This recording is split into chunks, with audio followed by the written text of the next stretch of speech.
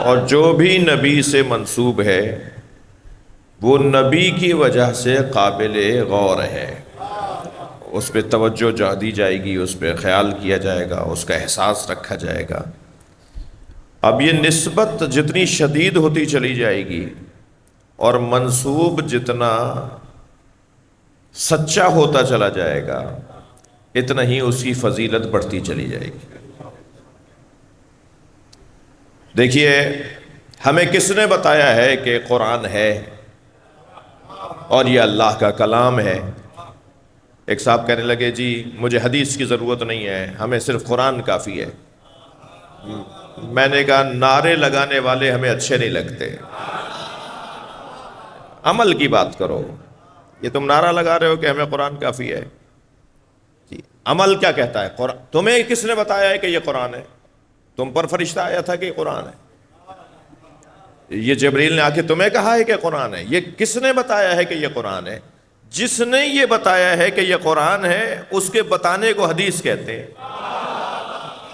صلوات پڑھ لیں محمد و آل محمد۔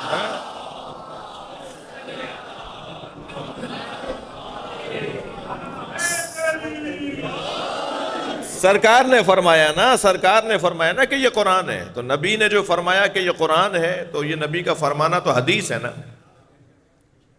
تو حدیث کے بغیر ہم قرآن کیسے سمجھیں گے؟ جن لوگوں کو صرف قرآن کی خواہش ہے کہ ہمیں صرف قرآن چاہیے اور کچھ نہیں چاہیے، ان سے آپ پوچھئے کہ صبح کی 2 رکعت نماز قرآن میں کہاں ہے؟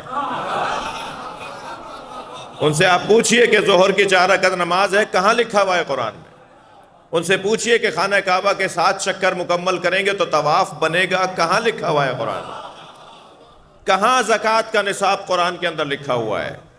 بتائیے، نماز پہلے قیام کرنا ہے، پھر رکوع ہے، پھر سجدہ ہے، یہ ترتیب قرآن میں کہاں ہے؟ قرآن میں رکوع کا ذکر ہے، قرآن میں قیام کا ذکر ہے، قرآن میں سجدے کا ذکر ہے، مگر ترتیب قرآنی کے مطابق اگر نماز بنائیں گے تو پہلے قیام نہیں ہے، وہاں پہلے رکوع ہے، وہاں پہلے پھر سجدہ ہے، پھر قیام ہے۔ تو اس طرح ہم نماز پڑھتے ہیں؟ کیوں نہیں نماز پڑھتے؟ میں تو اگر یہاں عظمت مصطفیٰ سرکار کو راضی کرنے کے لیے، اس لیے کہ مجھے پتا ہے جتنا میں نبی کو راضی کروں گا اتنا علی راضی ہوں گے۔ صلوات پڑھے محمد و آل محمد۔ اللہم صل علی۔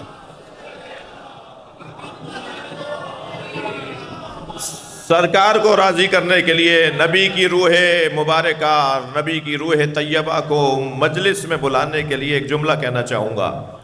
بھائی، تم نماز قرآن سے نہیں دکھا سکتے کہ جیسے نماز پڑھتے ہو، اسی لیے تو سرکار نے فرمایا کہ صلو کما رأیتمونی اصلی۔ یہ نہیں فرمایا صلو کما اصلی، نماز پڑھو جیسے میں پڑھ رہا ہوں۔ یہ نہیں فرمایا سرکار نے کہ صلو کما اصلی، نماز پڑھو جیسے میں پڑھ رہا ہوں۔ فرمایا صلو کما رأیتمونی اصلی، نماز پڑھو جیسے مجھے پڑھتے ہوئے دیکھ رہے ہو۔ نماز اللہ کی پڑھی جائے گی، دیکھا مصطفیٰ کو جائے گا۔ صلوات پڑھے محمد و آل محمد پر۔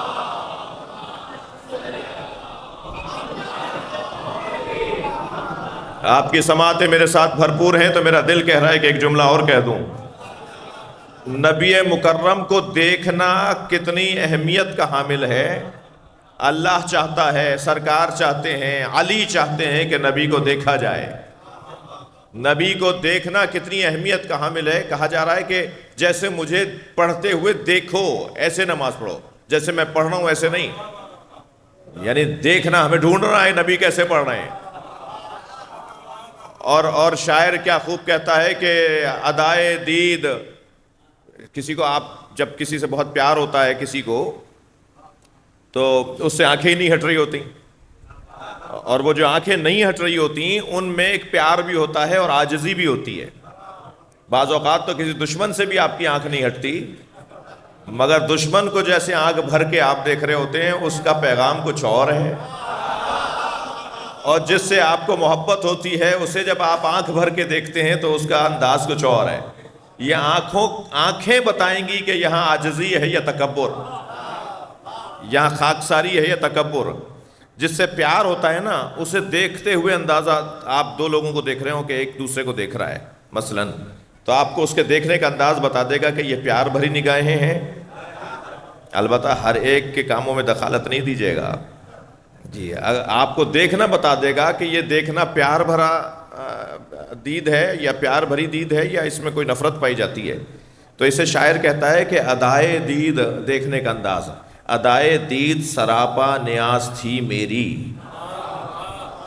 جی. نیاز مندی تھی، عاجزی تھی، خاکساری تھی. ادائے دید سراپا نیاز تھی میری، کسی کو دیکھتے رہنا نماز تھی میری.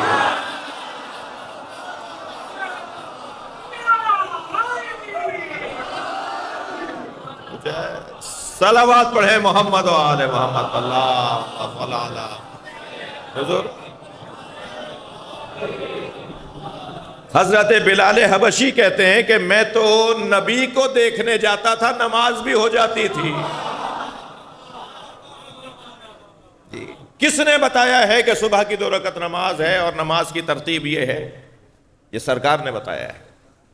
تو اگر اللہ کی عبادت نبی سے منسوب ہو جائے تو وہ عبادت بنے گی، اور اگر نبی سے وہ منسوب نہ ہو تو وہ عبادت نہیں ہے. تو بس نبی سے جس چیز کی نسبت بڑھتی چلی جائے گی. مثلا ہم اس وقت نماز کی بات کر رہے ہیں. نماز نبی سے منسوب ایک عمل کا نام ہے.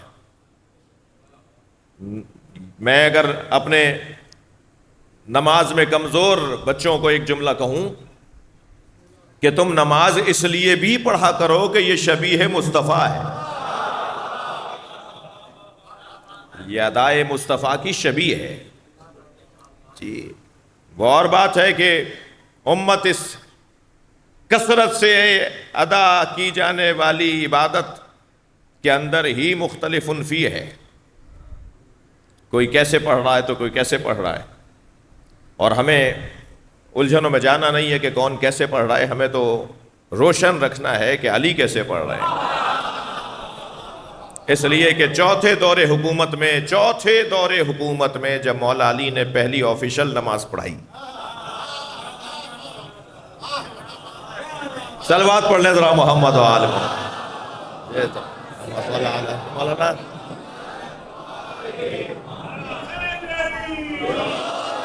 مولا علی نے پہلی رسمی نماز پڑھائی چوتھے دور حکومت میں، پہلی آفیشل نماز کی امامت کی. تو نماز ختم ہونے کے بعد صحابہ کرام مولا علی کے گرد جمع ہونا شروع ہوئے، اور جو آپس میں باتیں کرتے ہوئے مولا علی کے پاس تشریف لائے اور آ کر کہا لقد ذکرتنی صلاۃ محمد. آج علی تم نے ہمیں محمد کی نماز یاد دلا دی. صلوات پڑھے محمد و آل محمد.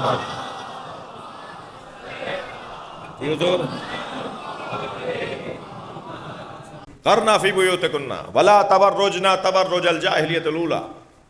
اور زمانہ جاہلیت کی طرح بناؤ سنگھار نہ کرنا جی. وَأَقِمْنِ الصَّلَاةَ وَآتِنِ الزَّكَاةَ وَآتِنِ اللَّهَ وَرَسُولَهُ. نماز کو قائم کرنا اور زکوٰۃ کو ادا کرنا اور اللہ کے رسول کی اطاعت کرنا. یہاں تک آیت پہنچی تو فوراً آیت نے لہجہ بدلا. انما یرید اللہ لیذھب عنکم الرجس اہل البیت ویطہرکم تطہیرا.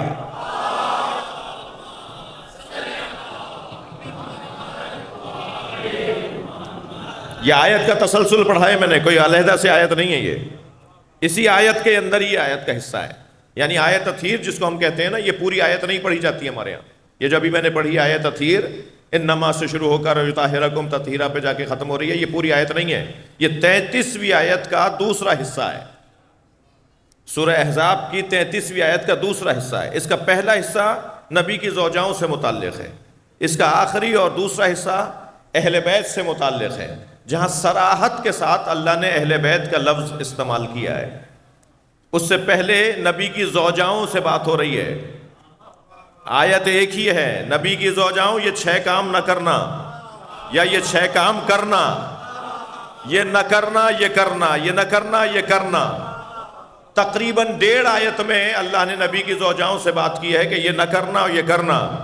اور دوسری آیت کے آدھے حصے کے اندر کہا انما یرید اللہ، بے تحقیق اللہ کا ارادہ ہے اور رہے گا انما یرید اللہ لیذھب عنکم الرجس اہل البیت، کہ تم سے دور رکھے ہر طرح کے رجس کو اے اہل بیت، ویطہرکم تطہیرا، اور تمہیں ایسا پاک رکھے جیسا پاک رکھنے کا حق ہے۔ آیت کا دوسرا حصے کے اندر اللہ نے صیغے بدل دیے، وہاں کیا ہے؟ لستن وقرن بیوتکن ولا تبرجن، جی، واقمنا واتینا، یہ سارے مؤنث کے صیغے، اور لیکن جیسے ہی آدھی آیت مکمل ہوئی اور اللہ نے انما سے گفتگو کو شروع کیا تو پھر اللہ نے مذکر کے صیغے شروع کر دیے۔ اور اے اہل بیت، تمہارے بارے میں اللہ کا ارادہ ہے اور رہے گا کہ تم سے ہر رجس کو دور رکھے اور تمہیں ایسا پاک رکھے جیسا پاک رکھنے کا حق ہے۔ یہاں صیغے بدلے، لہجہ بدلا، انداز بدلا، صرف مؤنث سے مذکر کے صیغوں میں گفتگو تبدیل نہیں ہوئی ہے، بلکہ روکنے سے وعدہ کرنے کا پیغام بدلنا شروع ہو گیا۔ تم ایسا نہ کرنا، تم ایسا کرنا، تم ایسا کرنا، اور یہاں کہہ رہا ہے میں ایسا کروں گا۔ تم ایسا نہ کرنا، تم ایسا نہ کرنا، تم ایسا کرنا، اور یہاں آیت کے آدھے حصے میں کہا میں ایسا کروں گا، یعنی بات اہل بیت کے ہی بارے میں ہو رہی ہے۔ مگر ان دونوں اہل بیت میں کیا فرق ہے؟ پہلے تو میں نقن صاحب کا جملہ آپ کو ہدیہ کر دوں۔ نقن صاحب فرماتے ہیں کہ نبی کے اہل بیت دو طرح کے ہیں، کچھ جو اینٹوں کے گھر میں رہتے ہیں، کچھ جو چادر کے گھر میں رہتے ہیں۔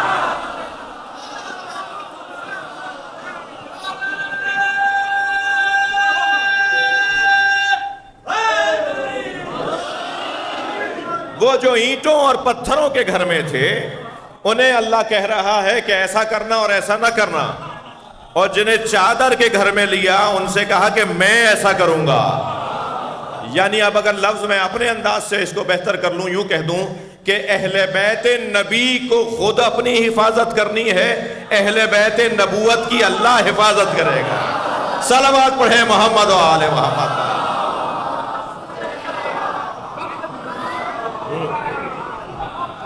اچھا، بڑا حسین پیغام دیا نقن صاحب نے۔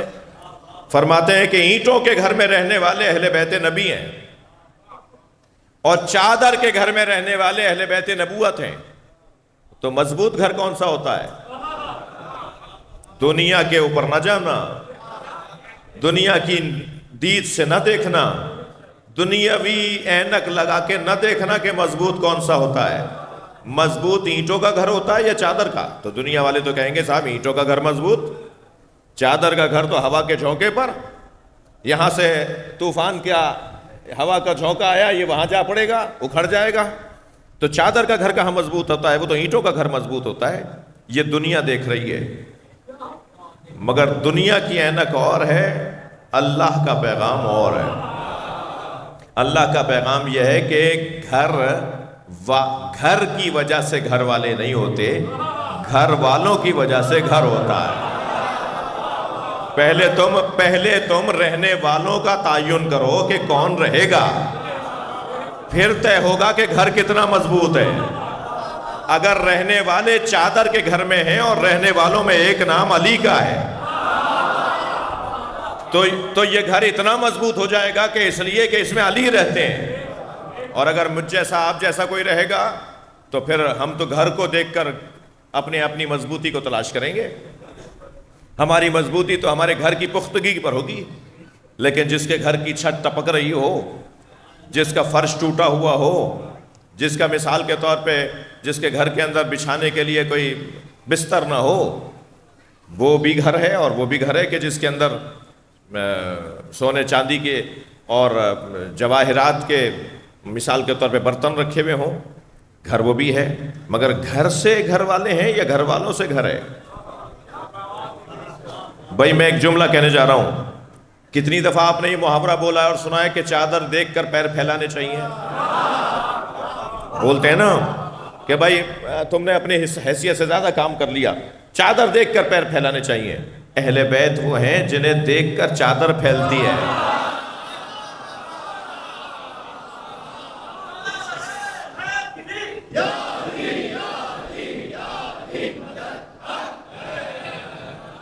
بھائی وہ ایک ہی چادر نبی پر بھی پوری اتر رہی ہے، وہ ایک ہی چادر، اس کے اندر حسن مولا آئے ہیں تو پوری اتر رہی ہے، حسین مولا آئے ہیں تو چادر میں پورے آ رہے ہیں، مولا علی آ گئے، جناب زہرا آ گئیں، ایک نبی تھے تب بھی سیدہ کی چادر یمنی حدیث کسا وہ نبی پر پوری رہی، امام حسن آئے پوری رہی، حسین آ گئے پوری رہی، یہ چادر ان کو دیکھ کر پھیل رہی ہے،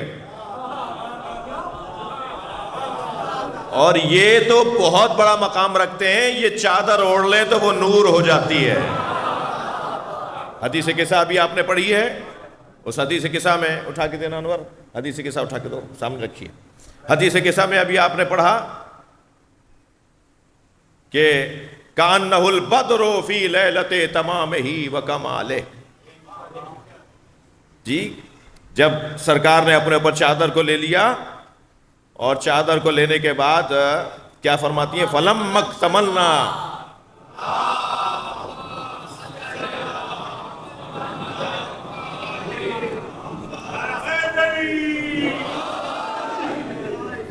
جی جی جی جی جی جی جب سرکار نے سب کو چادر میں لے لیا تو اس کے بعد بیوی فرماتی ہیں کہ کانہ البدر فی لیلۃ تمامہ وکمالہ۔ ایک صلوات پڑھیں ذرا محمد و آل محمد۔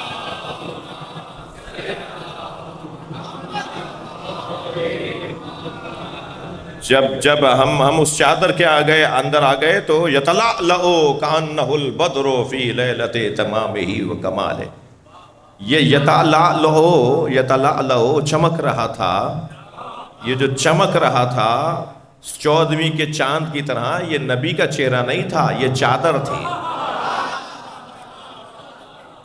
بھائی جب چادر میں آ گئے تو چہرہ کہاں نظر آ رہا ہے؟ سرکار چادر میں، چہرہ سرکار کا نہیں، پوری چادر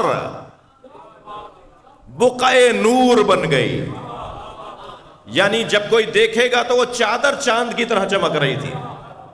تم ان کے نور ہونے کو سمجھ نہیں پا رہے، یہ چادر لے لے تو وہ نور بن جاتی ہے۔ صلوات پڑھیں محمد و آل محمد۔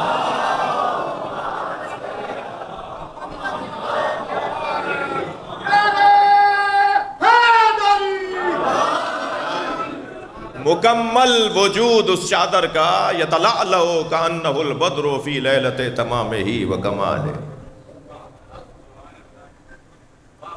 یا نساء النبی، اے نبی کی زوجاؤں، تمام عورتوں کی طرح نہیں ہو۔ کیوں؟ اس لیے کہ یہ تمہارے اندر صفات ہیں، یہ تمہاری ذمہ داریاں ہیں، تم عام عورتوں کی طرح نہیں ہو۔ کیوں عام عورتوں کی طرح نہیں ہو؟ اس لیے کہ تم نبی سے منسوب ہو گئی، تو یعنی جو نبی سے منسوب خاتون نہیں ہے اس کے لیے حکم نہیں ہے، جو نبی سے منسوب ہے اس کے لیے حکم ہے۔ تو بس منسوب نسبت کے بعد حکم بدل رہا ہے نا۔ یہ ممبر لکڑی کا بنا ہوا ہے نا، جب تک ممبر نہیں تھا نہ جانے یہ لکڑی کہاں تھی، اور جب یہ ممبر بن گیا اور آپ نے منسوب کر دیا کہ ممبر ہے، تو اب میں بھی بغیر وضو کے نہیں بیٹھوں گا، میں بھی اس پہ بیٹھتے وقت نیت کروں گا قربتاً اللہ کی، جی اس کو چوموں گا، اس لیے کہ منسوب ہو گیا شبیہ ممبر مصطفیٰ سے۔ تو نسبت سے ایک مرتبہ حکم بدل گیا، نسبت بدلی، حکم تبدیل۔ منڈی میں جانور بہت آئے ہوئے ہیں، مگر جب تک منڈی میں کھڑے رہیں گے وہ جانور ہیں، اور جہاں آپ نے پیسے دے کر اس کی رسی اپنے ہاتھ میں یہ کہہ کر لی کہ یہ قربانی کے لیے لیا ہے، تو اب وہ منڈی میں کھڑا ہوا جانور نہیں ہے بلکہ اللہ کی نشانی ہے۔ بھائی سارے اونٹ اللہ کے ناقے کیوں نہیں ہیں؟ قرآن نے حضرت صالح کی اونٹنی کو ہی ناقۃ اللہ کیوں کہا ہے؟ سارے ناقے اللہ کے ہیں نا، ساری اونٹنیاں اللہ کی ہیں نا، اللہ نے بنائی ہیں نا، مگر اللہ نے صرف ایک ناقے کو، ایک اونٹنی کو کہا ہے کہ یہ اللہ کا ناقہ ہے، اس لیے کہ وہ اللہ سے منسوب ہے۔ نسبت اس کا حکم تبدیل کر دے گی۔ تو نبی کی زوجہ ہو اس لیے تمہارا حکم علیحدہ ہے، نبی کے اہل بیت ہو اس لیے تمہارا حکم علیحدہ ہے۔ تو اگر ناراض نہ ہو تو میں اپنے آپ سے اور آپ سے ایک جملہ کہوں، نبی کے امتی ہو تو اب تمہارا حکم علیحدہ ہے، لہذا تمہاری چال بتائے کہ یہ نبی والا جا رہا ہے، تمہارا رویہ بتائے کہ یہ مصطفی جا رہا ہے۔ یہ نبی کا کلمہ پڑھتا ہے، یہ عام آدمی نہیں ہے۔ یہاں تو افسوس کے ساتھ کہنا پڑتا ہے کہ جتنا نبی والے بے ہنگمی کا شکار ہیں، اتنا حضرت عیسیٰ والے بے ہنگمی کا شکار نہیں ہے، اتنا حضرت موسیٰ والے بے ہنگمی کا شکار نہیں ہے جتنا نبی والے بے ہنگمی کا شکار ہے۔ جبکہ قرآن کہہ رہا ہے کہ تمہیں کیونکہ میرے نبی سے نسبت ہے لہٰذا تمہارے حکم علیحدہ ہیں، احکامات علیحدہ ہیں۔ مولا کے سامنے ایک چور کو لایا، حضرت نے ثابت ہوا، حضرت نے حکم جاری فرمایا کہ اس کا ہاتھ کاٹ دو، انگلیاں کاٹ دو۔ اس کی انگلیاں کاٹی گئیں تو کٹی ہوئی انگلیاں اٹھا کر کہنے لگا میں آپ کا شیعہ ہوں۔ تو حضرت نے فرمایا کہ اس کو 80 کوڑے میری طرف سے مارو، اس کی ڈبل سزا ہے۔ وہ تو شریعت کا حکم تھا، یہ ولایت کا حکم ہے۔ تو اگر مولا علی کا چاہنے والا کوئی جرم کرے گا تو وہ دوہرے عذاب کے لیے تیار رہے۔ ایک تو وہ جو سب کے لیے ہی ہے، صلوات پڑھ لیں ذرا محمد وآلہ۔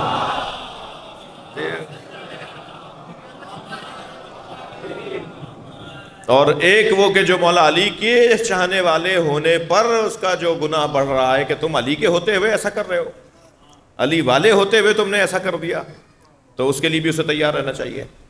تو قیامت میں نبی کے امتی ہونے کی، جہاں ہم یہ تو بڑے جھوم کے سناتے ہیں نعتوں کی محفل میں اور میلاد کی محفلوں میں کہ نبی کے امتی ہونے کے لیے انبیاء کرام آرزو کیا کرتے تھے، حضرت ابراہیم نے آرزو کی ہے، حضرت موسیٰ نے آرزو کی ہے کہ کاش میں امت مصطفیٰ میں ہوتا۔ جی انبیاء امت مصطفیٰ ہونے کی آرزو کر رہے ہیں، اور یہ بھی تو بتایا جائے کہ امت مصطفیٰ کی ذمہ داریاں کیا ہیں، بتا دوں؟ بھائی اپنے لیے بتا رہا ہوں، یعنی پہلے دہراؤں گا تاکہ مجھے دہرائی ہو جائے میری، اور پھر آپ تو سن ہی رہے ہیں۔ ایک صلوات پڑھ لیں ذرا محمد۔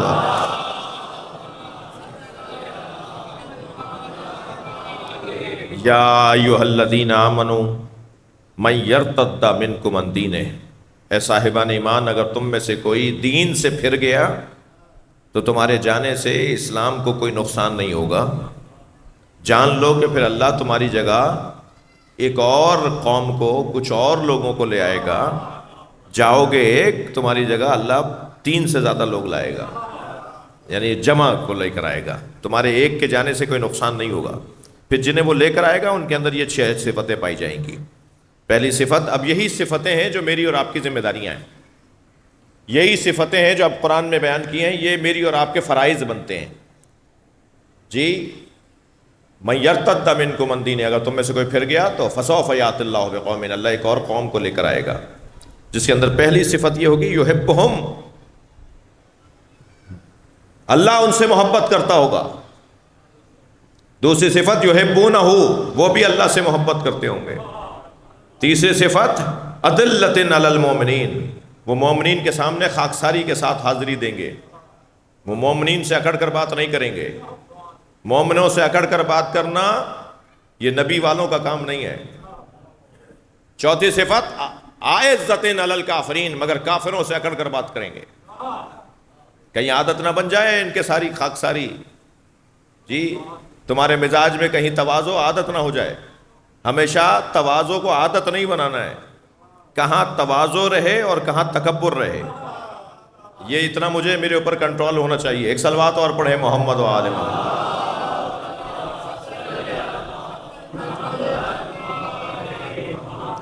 عادت نہ ہو جائے کہیں انکساری اور تواضع، بلکہ اعزۃ علی الکافرین، کافروں سے اکڑ کر بات کریں گے۔ یجاہدون فی سبیل اللہ، پانچویں صفت ہمیشہ اللہ کی راہ میں کچھ نہ کچھ کرتے رہیں گے۔ میرا ترجمہ ہے یہ، میں یہ ترجمہ نہیں کروں گا کہ وہ اللہ کی راہ میں جہاد کرتے رہیں گے، تو جب یہ ترجمہ کریں گے تو یہ کہیں افغانستان یاد نہ آ جائے، یہ کہیں افغانستان نہ چلے جائیں۔ تو اللہ کی راہ میں جہاد کرتے رہیں گے ترجمہ نہیں کروں گا، اللہ کی راہ میں اللہ کی خاطر کچھ نہ کچھ کرتے رہیں گے۔ جی اس وقت آپ یجاہدون فی سبیل اللہ تو ہیں. اس مجلس کا جو انتظام میرے بھائی کر رہے ہیں وہ بھی تو جہاد کر رہے ہیں. یہ جو ہماری ویڈیو بنا رہے ہیں یہ بھی تو جہاد کر رہے ہیں. یہ چھوٹے چھوٹے بچے اپنے مزاج سے ہٹ کر مجلس میں بیٹھے ہوئے ہیں یہ بھی تو جہاد کر رہے ہیں. تو یہ سب کے اپنا اپنا جہاد ہے. ان کے گلے کا جہاد ہے, ان کو سن کے کوئی ماتم کر رہے ہوتے ہیں, ان کا وہ سینے کا جہاد ہے. تو ہر ایک کا اپنا کردار ہے. اور اگر میں یہ سمجھ لوں نا بات کہ ہر ایک کا اپنا کردار ہے تو پھر جھگڑا ہی ختم ہو جائے. مشکل میری یہ ہے کہ میں اپنا کردار آپ میں ٹھوسنا چاہتا ہوں. صلوات پڑھ لیں ذرا محمد و آل محمد.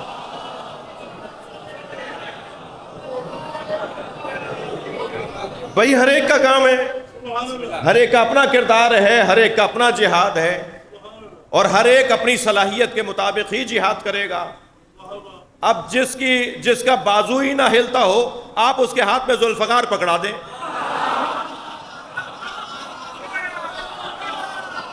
صلوات پڑھ لیں ذرا محمد و آل محمد. کیسے ہوگا؟ تلوار کاٹتی ہے مگر زور چاہیے. یہ جہاں کمال ذوالفقار کا ہے وہاں بازو علی کی بھی تو بات کرو. یہ تلوار ہر ایک ہاتھ میں جچتی نہیں ہے. تو ہر ایک کا اپنا کام ہے, ہر ایک کا اپنا کردار ہے. ہم نے بہت سارے مرد دیکھے ہیں جو میدان سے بھاگتے نظر آئے, اور ہم نے کچھ عورتیں دیکھی جو مردوں کو میدان میں لا رہی تھی.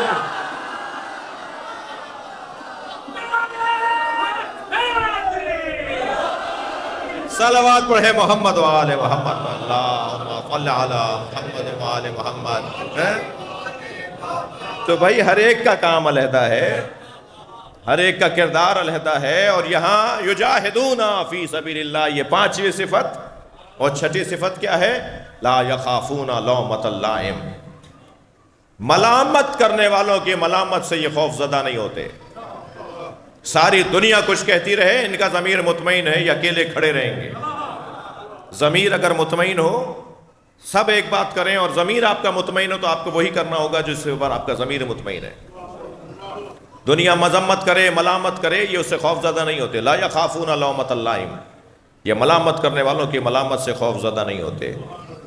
اور پھر یہ جو 6 صفتیں مولا کے چاہنے والوں کی ہیں انہیں اللہ کہہ رہا ہے ذالک فضل اللہ, یہ اللہ کا فضل ہے. یؤتی ہے من یشاء, یہ وہ جسے چاہے عطا کرتا ہے. ہر ایک کو یہ فضل الہی عطا نہیں ہوتا. تو عزیزو جتنی نسبت, میں نے بات اپنی مکمل کر لی, جتنی نسبت شدید ہوتی چلی جائے گی سرکار کے ساتھ, جتنی سرکار کے ساتھ نسبت شدید ہوتی چلی جائے گی اتنا ہی احترام بڑھتا چلا جائے گا, اتنا ہی احترام بڑھتا چلا جائے گا. اب کچھ لوگوں نے ممبر کو نسبت جانا اور علی کو فراموش کر دیا. تو جب مولا چوتھے زینے پر جا کے بیٹھے, پہلی شخصیات ایک ایک زینہ چھوڑ کر بیٹھتے رہی, علی نے سارے زینوں سے گزرتے ہوئے وہاں جا کے خود کو رکھا جہاں سرکار بیٹھتے تھے آخری زینے پر. تو سرگوشیاں ہونے لگیں, آپس میں باتیں ہونے لگیں, ایک دوسرے کے کان میں کچھ کہنے لگا. ممبر کے برابر میں حضرت عمار یاسر تشریف فرما تھے. مولا علی نے آواز دے کر کہا عمار یہ کیا باتیں کر رہے ہیں؟ جی عمار یہ کیا باتیں کر رہے ہیں؟ علی نہ پوچھتے تو روایت کہاں بنتی. علی کو معلوم تھا مگر پوچھ رہے ہیں تاکہ آج بیان ہو جائے. فرمایا عمار یہ کیا باتیں کر رہے ہیں؟ حضرت عمار نے فرمایا یا علی یہ کہہ رہے ہیں کہ آپ وہاں بیٹھ گئے جہاں نبی بیٹھتے تھے. تو میرے مولا نے ممبر کو ایسے ہاتھ مار کے فرمایا ما ھذہ الآبات, یہ لکڑیوں کا ڈھیر کیا ہے؟ انا راکب کتف النبی,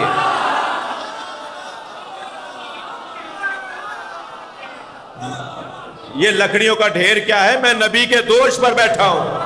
صلوات پڑھے محمد و آل محمد پر.